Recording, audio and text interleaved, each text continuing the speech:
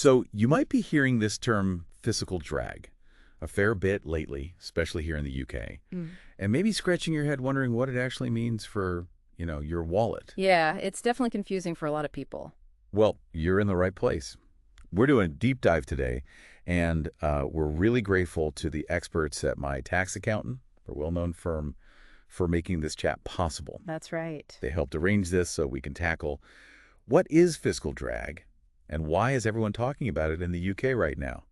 It's a really key question. And basically, fiscal drag is, well, it's where you end up paying more tax. Okay.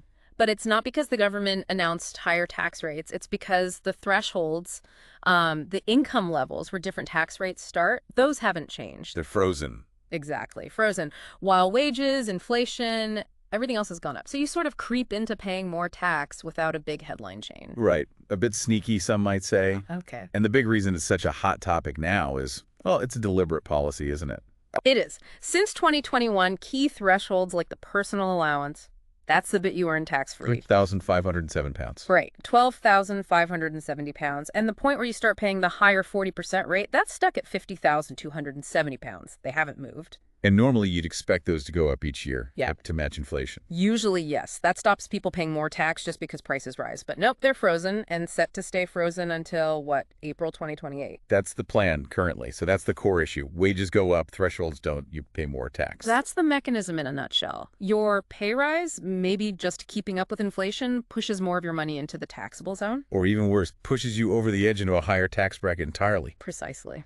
Okay, maybe some numbers would help here. Let's talk UK bands for 2025-26 outside Scotland. Sure. So up to 12,570 pounds, you pay 0%. That's your personal allowance. Right. Then from 12,571 and up to 50,270 pounds, it's a basic rate, 20%. Okay. After that, 50,271 burns up to 125,140 pounds, you're in the higher rate band at 40%. But anything over that is the additional rate, 45%. That's it. So let's imagine someone earns 35,000 pounds this year. Okay, basic rate taxpayer. Yes. Their tax bill would be roughly $4,486, an effective rate of about, say, 12.8%. Now they get a 6% pay rise. Good news, right? Takes them to 37,100 pounds. Still basic rate. Still 20% band. But their tax now jumps to $4,906. Their effective rate has actually gone up to 13.2%. Ah, so even though the rate is the same, more of their income is being taxed at that rate because the tax-free bit and the start of the band didn't rise with their pay. Exactly. You're paying tax on a bigger slice of your earnings. And I guess that effect gets much stronger near the thresholds, like that 50,270 mark. Oh, definitely. If your pay rise pushes you from, say, 50,000 to 51,000 pounds, suddenly that extra 1,000 pounds isn't taxed at 20%, it's taxed at 40%. That really bites into your take-home pay. And this isn't just hypothetical, is it? We're seeing large numbers of people affected. Huge numbers. HMRC's own data showed between 2021-22 and 2022-23, a jump of over 15% in higher rate taxpayers. Wow, 15%. Yeah, that was about 680,000 more people pulled into that 40% bracket, largely because of this freeze. We heard an anecdote, didn't we, about Aisha, a nurse in Leeds. Yes, a really good example. Her pay went up 38,000 pounds in 2023 to 42,000 pounds now in 2025. Sounds decent. On paper. But because the thresholds are stuck, more of that 42,000 pounds is taxed at 20%, and she's getting much closer to that 40% band. So her actual take-home pay didn't rise nearly as much as the gross figure. Exactly. She described her payslip feeling thinner, effectively. Her budget feels tighter despite the raise. That really shows the real-world impact. And that leads to this label, the stealth tax. It's called that because it's not an upfront tax rate increase that grabs headlines. Nobody announces we're freezing thresholds to take more tax. Right. It just happens quietly as wages rise. But the effect is significant. The OBR, the Office for Budget Responsibility, they reckon this freeze will net the government an extra $38 billion a year by 2029-30. $38 billion, that's a huge amount. It is. And for taxpayers, especially with the cost of living being so high, it can feel a bit like being, silently pickpocketed. And it's not just employees feeling this, is it? What about business owners?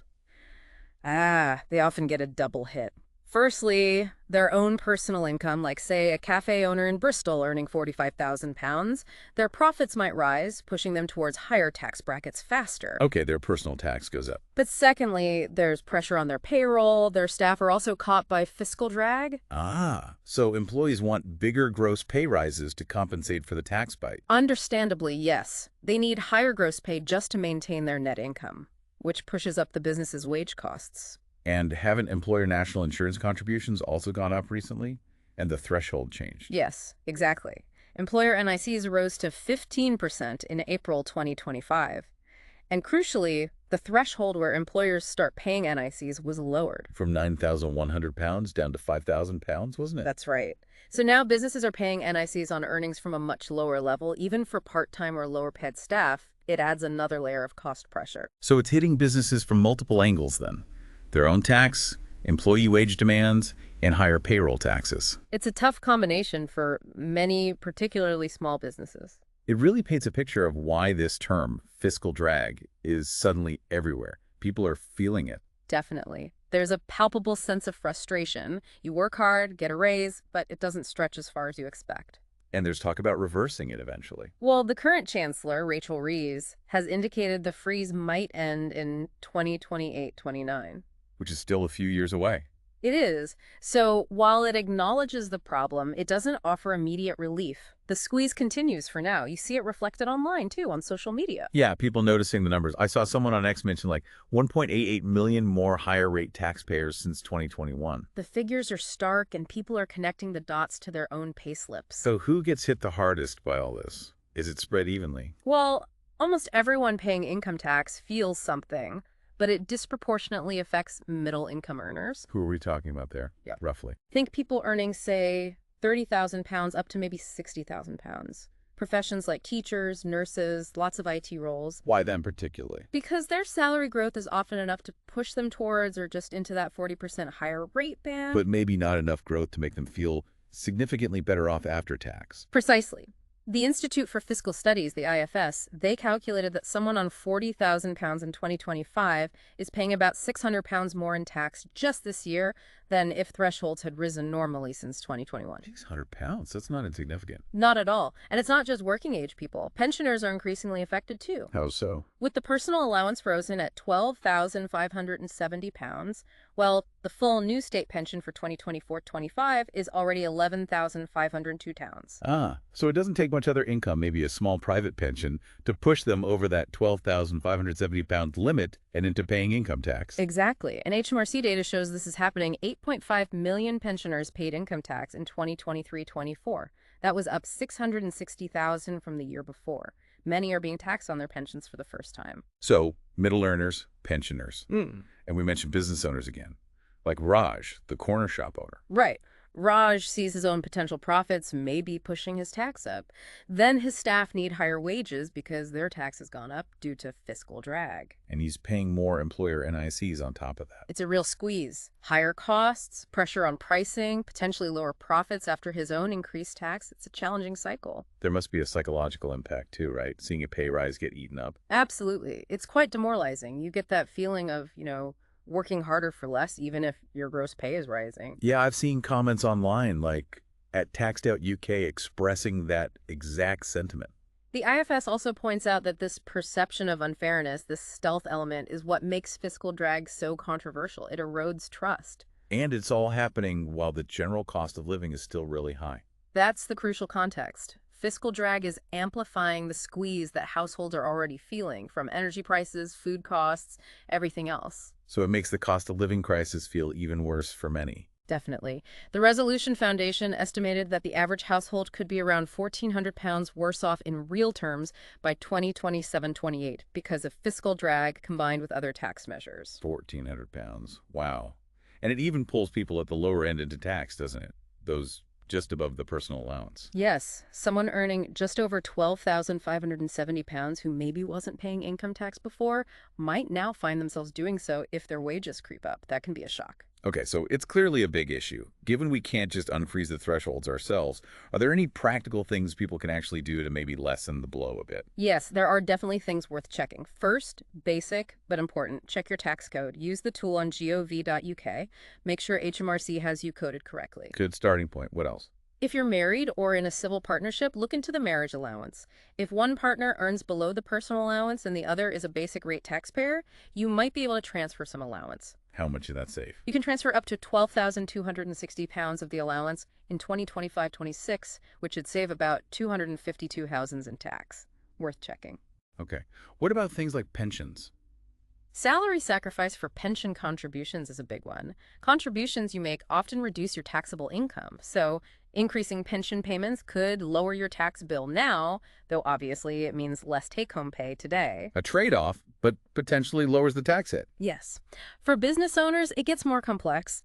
They should really talk to an accountant about tax-efficient ways to take income, like dividends versus salary, but keeping HMRC rules in mind is crucial. Professional advice is key there. Absolutely. Also, make the most of tax-free savings. Use your ISA allowance. It's £20,000 per person per year.